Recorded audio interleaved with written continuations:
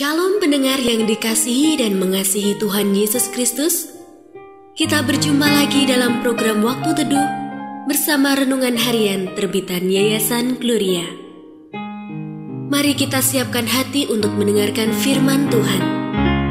Izinkan Roh Allah memberi kita hikmat agar kita dapat semakin mengenal, mengasihi, dan memuliakan Tuhan setiap hari.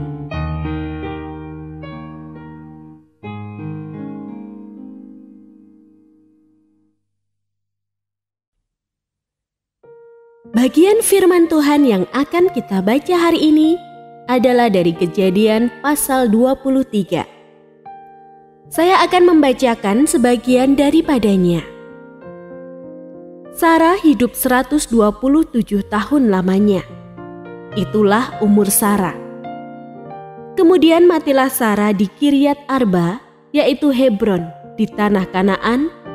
Lalu Abraham datang meratapi dan menangisinya. Sesudah itu Abraham bangkit dan meninggalkan istrinya yang mati itu, lalu berkata kepada Bani Het, "Aku ini orang asing dan pendatang di antara kamu. Berikanlah kiranya kuburan milik kepadaku di tanah kamu ini, supaya kiranya aku dapat mengantarkan dan menguburkan istriku yang mati itu." Bani Het menjawab Abraham, "Dengarlah kepada kami, tuanku. Tuanku ini seorang raja agung di tengah-tengah kami. Jadi, kuburkanlah istrimu yang mati itu dalam kuburan kami yang terpilih. Tidak akan ada seorang pun dari kami yang menolak menyediakan kuburannya bagimu untuk menguburkan istrimu yang mati itu." Pendengar yang mengasihi Tuhan, ayat yang kita renungkan secara khusus hari ini adalah dari Kejadian pasal 23 ayat 6. "Dengarlah kepada kami, tuanku. Tuanku ini seorang raja agung di tengah-tengah kami. Jadi, kuburkanlah istrimu yang mati itu dalam kuburan kami yang terpilih. Tidak akan ada seorang pun dari kami yang menolak menyediakan kuburannya bagimu untuk menguburkan istrimu yang mati itu." Renungan hari ini berjudul Kesaksian Bani Het. Sebagai orang asing dan pendatang di kota Hebron, Kanaan, Abraham tidak punya tanah milik yang dapat digunakan untuk menguburkan istrinya Sarah. Maka ia memohon kepada Bani Het agar ia dapat membeli sebidang ladang dari mereka. Tanggapan Bani Het sungguh menarik untuk disimak.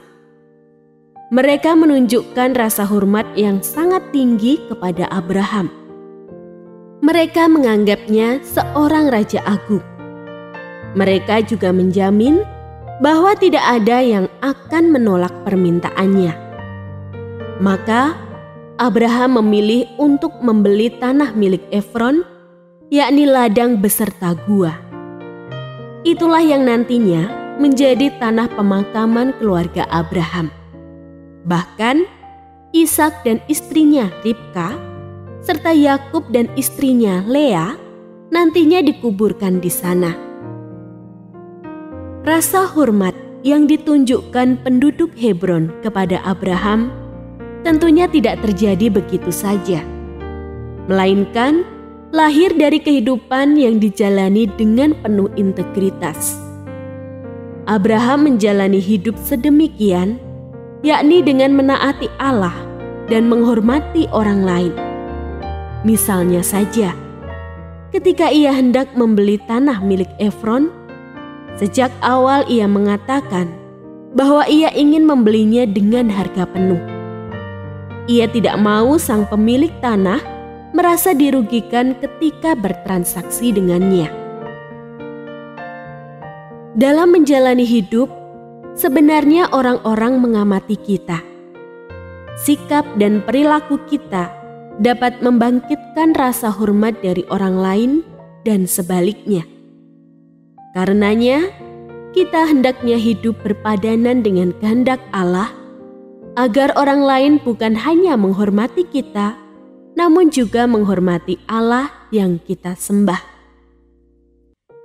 Sebagai kitab terbuka yang bisa dibaca semua orang, kiranya hidup kita menuntun orang lain menyaksikan kasih dan terang Tuhan.